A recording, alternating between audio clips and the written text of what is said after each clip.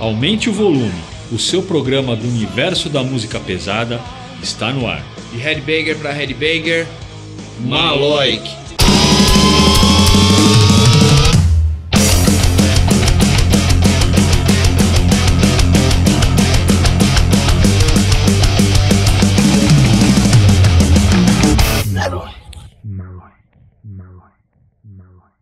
A produção continua a todo vapor para trazer para você muito peso. E na edição 35 do Maloik você confere o vocalista do Xamã, o Thiago Bianchi, sobrevivendo ao jogo Heaven and Hell. A Tough Girl Fernanda Lira foi até Embu Guaçu e conferiu de perto o Embu Rock and Roll Fest, que contou com King Bird, Salário Mínimo, Nervosa, Santarém e Seituras. E para começar, Marco Falador, baixista do Disaster. Como não podia ser diferente, tem muita coisa para falar agora no Maloik. Bom, eu sou o Marco Falador, baixista do Disaster. Banda tradicional dos anos 80 de heavy metal. Até 85, 86 a banda era de heavy metal e depois passou para o estilo de thrash metal, né? Eu comecei ouvindo hard rock, heavy metal, né? Quando eu tinha meus 11, 12 anos, eu montei uma primeira banda na escola. Chamava Centauri Azul. Era um projeto. Era uma menina na bateria de 13 anos, eu com 12, o Pezão que fundou o Disaster junto comigo com 12 anos, mais ou menos também, né? Nós começamos a tocar rock and roll com 11 para 12 anos. Com 13, 14, a gente montou uma outra banda chamada Vértebra, e nessa fase dos 13 e 14, nós começamos a ouvir muita banda mais extrema para aquela época. Então bandas de black metal, bandas de hardcore. O que acontece? Eu morava no bairro da Água Fria, na rua Altinópolis. E o Max Vigor tinha uns 13, 14 anos, eles eram para São Paulo para fazer uma divulgação, conhecer as lojas, né?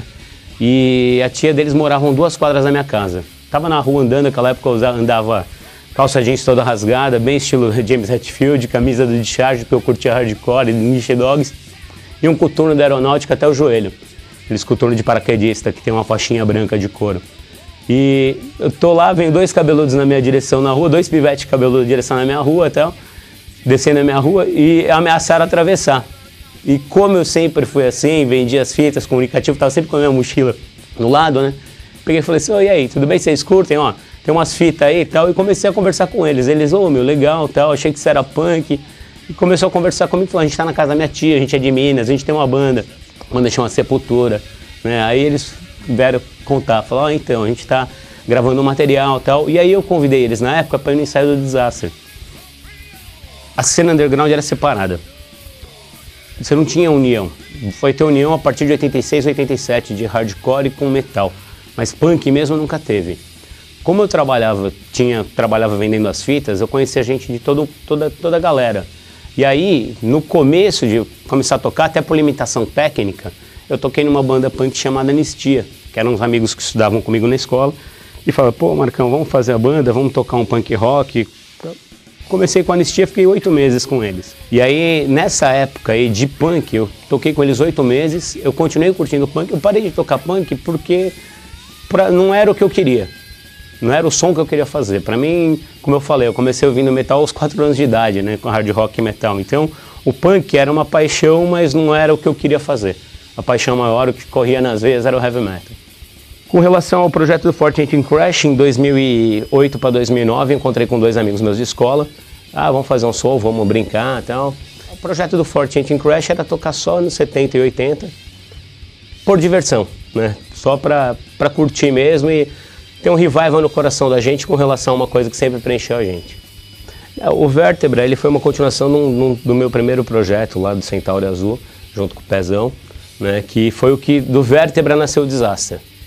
Porque o Vértebra também foi uma banda de colégio, com 14 anos, a gente tocava Def Leppard, tocava Iron Maiden, mas de repente a gente falou, pô, não é isso que a gente quer. E aí a gente parou com o Vértebra e montamos o Disaster. Aí se vê agora, né? Só para finalizar a parte das bandas, o War Trash foi uma banda que eu montei em 89, quando eu saí do Disaster. O Disaster de 86 a 89, ele foi uma banda que ela teve uma atitude no cenário underground muito importante. Então, se você for conversar com pessoas daquela época, vai ter uma referência. E de 86 até 89, o Disaster ele teve uma evolução tanto musical quanto na cena, Infelizmente não conseguiu gravar, mas ele teve uma evolução tão bacana que nós, sabe, passamos a tocar em locais depois, com o tempo, melhores. Então tocamos no Mambembe, fomos a primeira banda de metal extremo a pisar no palco do Mambembe. E aí, assim, o War Trash ele ficou 2 anos também, ficou de 89 até 91. Eu acabei saindo, teve o Sagu do Acid Storm na bateria também, no War Trash, né? Então foi uma banda legal, com uma pegada mais um estilo mais creator, não tão extremo como o Disaster, então era mais técnico, né? Mas eu acabei me afastando em função de vida profissional. Não conseguia mais ensaiar, viajava muito.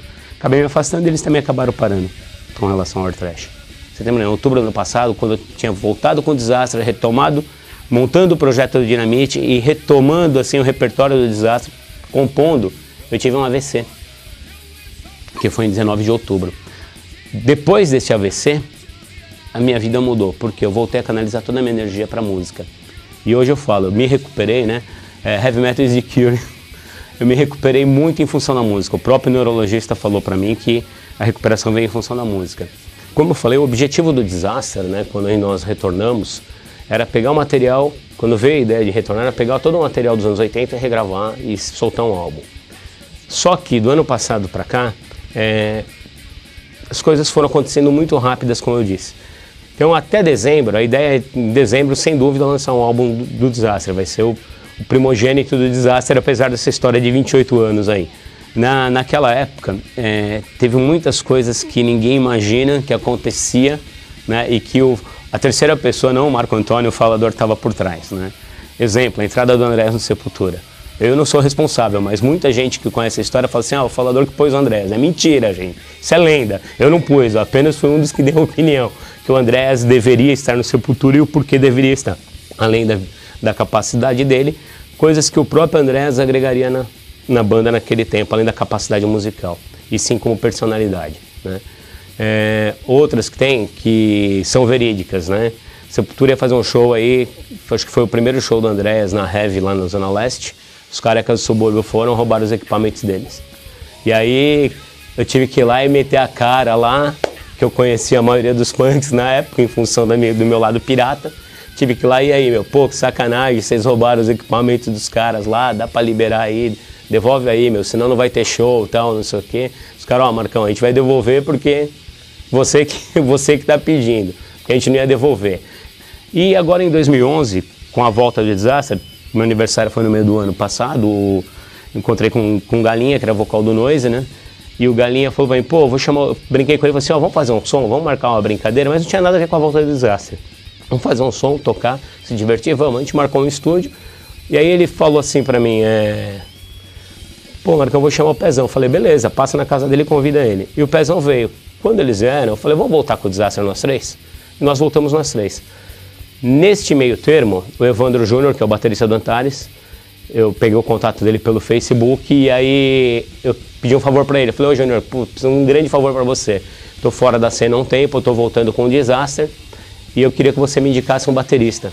Eu falei assim pra mim, pô, falador, se pá, eu faço a bateria pra vocês, pra mim vai ser uma honra. E quando ele falou isso, bateu assim, meu olho brilhou, meu coração deu aquela palpitada mais forte. Eu falei, pô, meu, sabe, o que nós fizemos nos 80 valeu a pena. O Clube Atlético Embu Guaçu recebeu o Embu Rock and Roll Fest. E a nossa Tough Girl conferiu de perto os detalhes.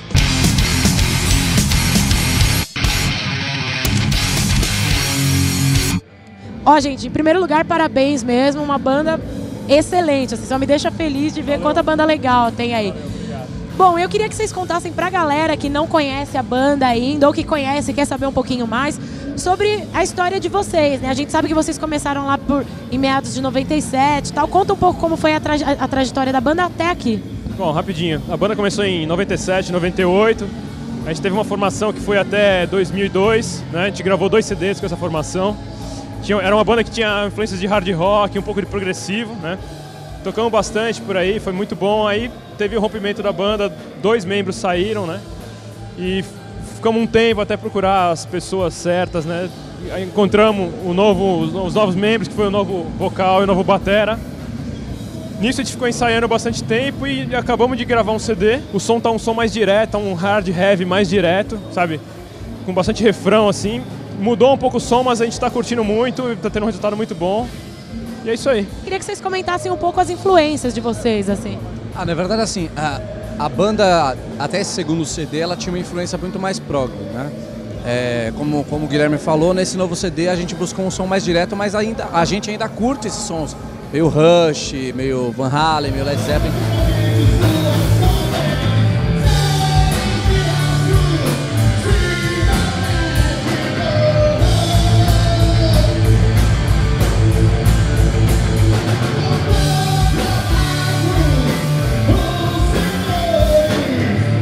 Assim como muita gente sabe, Centúrias acabou de voltar após muitos anos. E aí, qual a decisão? Por que vocês falaram, não, vamos voltar? Posso dizer o seguinte, a vontade nunca morreu.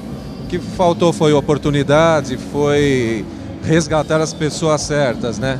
Então nós sempre conversávamos, né, durante esses 20 e poucos anos. E lá atrás, quais foram os motivos que levaram vocês a dar essa longa pausa, assim? Não foi briga, não foi nada. Eu não sei te dizer exatamente por quê. Não, teve uma discussãozinha ali entre dois elementos da banda e tal, mas acabou. Tem gente que fala que é uma maldição. Primeira gravação do Centúrias foi no álbum SP Metal. Aquela formação do Centúrias gravou, acabou. Voltou com uma outra formação. Gravaram outro álbum que se chama Última Noite. Também acabaram de gravar, pumba, foi um para cada lado. Vai acontecer isso com essa formação nova? Pelo amor de Deus, hein, gente? Ó. Não, porque já tomamos uma decisão agora. Agora quem vai acabar é a maldição. A gente vai mandar ela pra... O que vocês acham que está motivando as bandas a voltar, assim, hoje em dia? Eu acho que a banda não acaba, né? Porque é uma coisa que é lançada como se fossem sementes de uma planta. Então... chega uma hora que os caras se tocam e falam, opa, tô perdendo tempo aqui, vamos remontar esse negócio e fazer a coisa funcionar.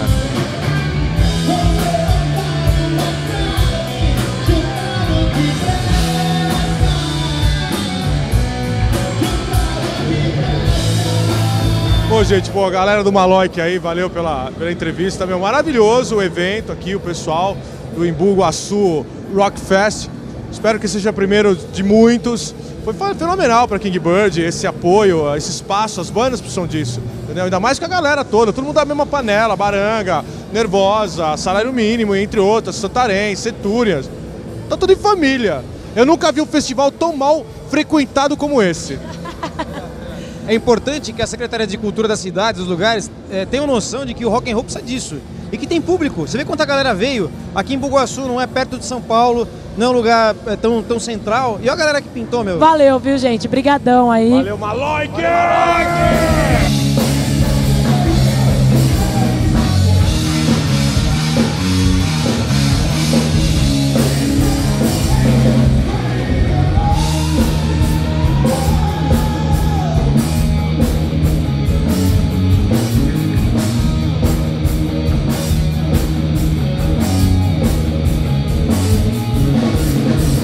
Estamos aqui com o pessoal do Salário Mínimo, que por sinal é headliner da noite de hoje aqui do Embu Guaçu Rock and Roll Fest. Fazer duas perguntas, uma sobre lá do começo e uma sobre o momento atual da banda. Sobre lá no começo, quais eram as influências? A gente, no caso eu e o Júnior, né, estamos desde o começo, para chegar onde a gente está hoje, no heavy metal, Judas Priest e Iron Maiden com certeza. Um pouco antes do Black Sabbath, mas a história começou desde garotinho com os Beatles. Agora, cantar em português é uma banda que se chama Casa das Máquinas, que é do meu coração. Mas o Judas e o Iron têm uma importância muito grande para o Salário Mínimo. Legal. E as influências que você, Diego, trouxe para a banda? É mais da galera dos anos 90, no final dos anos 80, que era onde eu comecei a escutar. Então eu escuto Kiss, escutei muito Guns, Fate No More. Então é da galera que eu tô trazendo, apresentando, que eles já conheciam, lógico, viram surgir, mas tentando implantar para deixar um som mais atual e também não mexer no que era feito lá atrás, do que a galera fazia, que todo mundo fala, homenageia e brinca, fala tudo com a galera. Que também a gente trouxe esse cara aqui, ó. Esse cara trouxe muita coisa também. E as suas influências que você trouxe aí pro Salário? Metallica, Pantera, Rush, Salário Mínimo. Não, inclusive foi legal, ele veio ensaiar com a gente, ele tirou 10 músicas num dia só. Como assim? Que história é essa? Meu Deus, 10 sons num dia só? É porque ele já era fã. É uma verdade mesmo, verdadeiro isso. A gente sempre foi uma banda que trabalhou muito, desde os anos 80. A gente voltou há 8 anos, estamos trabalhando muito, viajando bastante, mas agora vem, eu acho que o nosso gol final. Brasil Heavy Metal sai dia 15 de novembro. Brasil Heavy Metal é a história dos anos 80. A gente fechou com um grande empresário e outro passo nosso também é lançar um novo CD e ano que vem a Europa.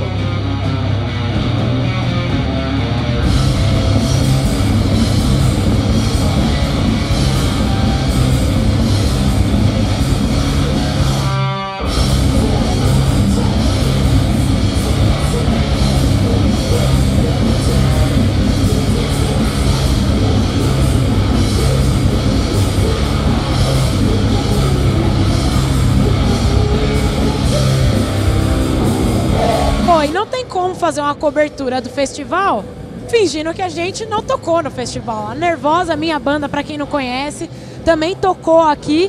E pra não ficar eu dando uma de Hellraiser, aquele quadro que fica um cara falando sobre a carreira da banda, eu vou entrevistar a guitarrista da minha banda, entendeu? E aí, como é que foi tocar nesse festival aí, reunindo uma pá de banda legal pra caramba, num evento de graça? Eu, pelo menos, apoio o evento assim. E você, o que você acha? Com certeza, foi legal pra caramba, a galera agitou muito, veio bastante gente. O evento tá com uma estrutura muito legal, equipamento de som, tudo foi muito perfeito e foi o máximo estar tocando aqui.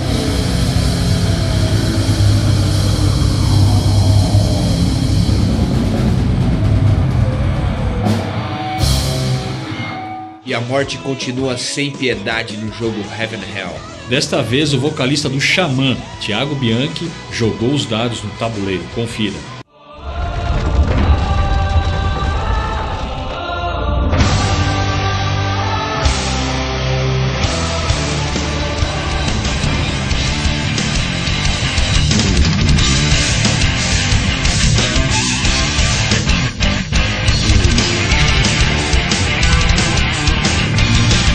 Preparado para a peleja, senhor Thiago Bianchi? Sim, morte.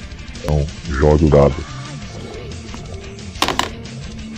Número 5.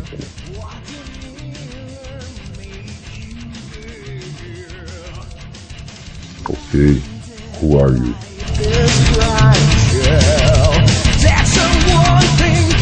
Escolha uma carta e me pegue sem olhar.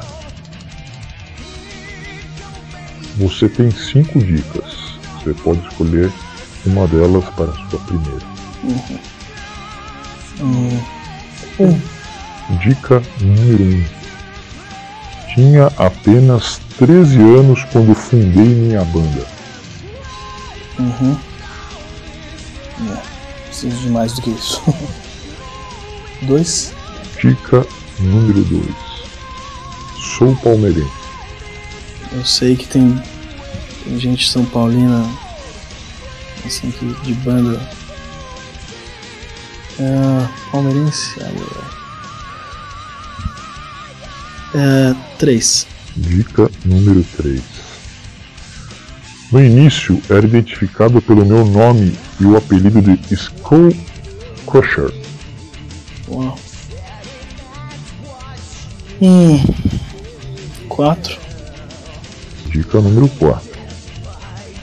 Tenho um projeto de música eletrônica com minha esposa.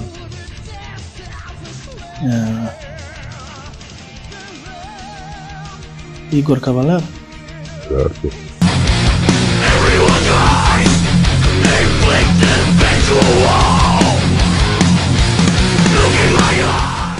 Vamos lá, segunda rodada. Jogue dado. Número 3. Posso andar à vontade, hein? Pode.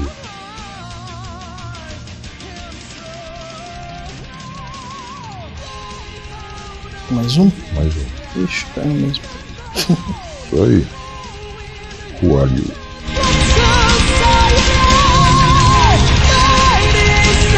Isso me parece legal. Ok. Novamente você tem as 5 dicas. Você pode escolher qualquer uma delas. 2. Dica número 2. Correu um boato que Steve Tyler, do Aerosmith, me substituiria numa das maiores bandas da história do rock. Peraí.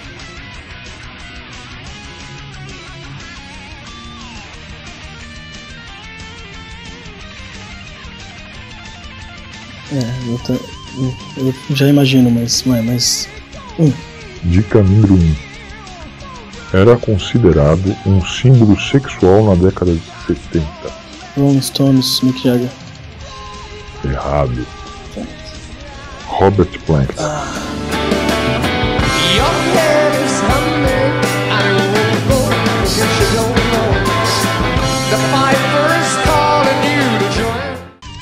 Jogue o dado, terceira rodada. Ai, minha ansiedade.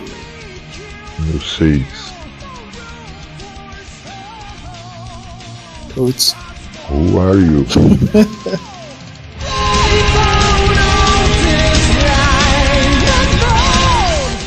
Vamos lá, novamente. 5 dicas. Escolha a primeira dela. Dica número 1. Abandonei a música pesada, mas tocava black metal.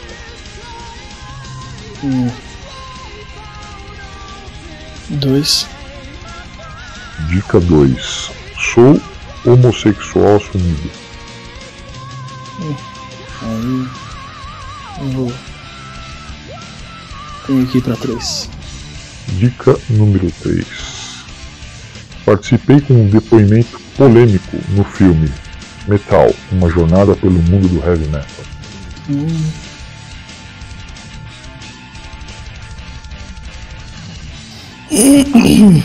Será que é ele? 4. Dica número 4. Sou o proprietário de uma grife de roupas femininas de sucesso. Rob Halford. Gal, ex-Gorgoroth. Nossa, nunca acertar isso.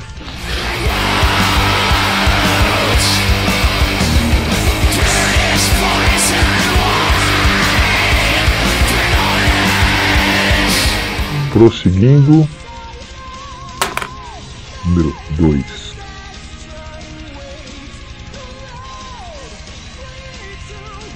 Cemetery.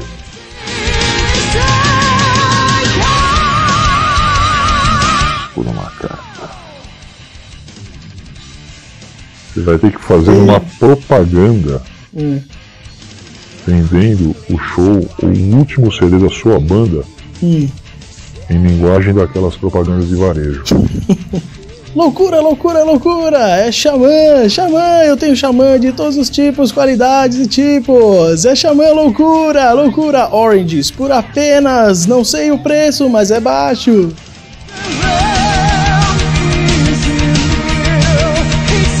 Prosseguindo, quinta e última rodada. Número 1. Não repeti meu número. Putz. Peace of Mind.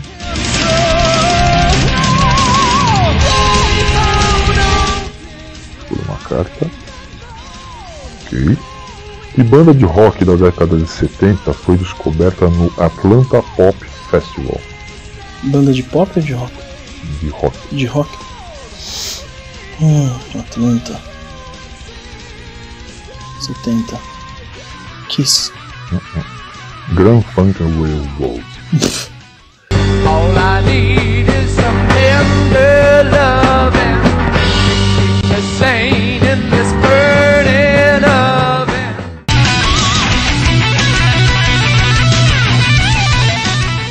14 pontinhos, salvo pelo Nico, hein? Agora deixando de lado o clima fúnebre da morte, chegou a hora de mostrar o poder de mobilização com o desafio das bandas. De um lado, da Grande São Paulo, especificamente de Guarulhos, a banda Queens of Hate, com o clipe do trabalho Corrupted.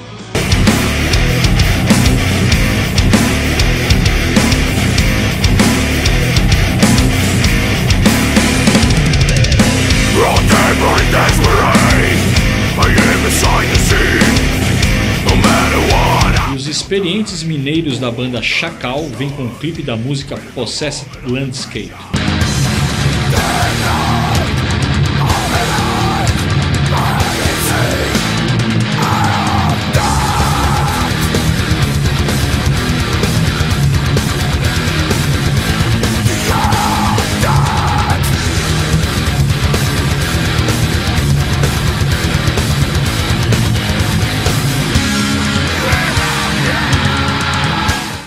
Acesse e vote. A votação sempre dura uma semana. E o Maloik acaba aqui, mas no site e nas redes sociais, o universo da música pesada sempre conspira a seu favor. De headbanger pra headbanger, Maloik.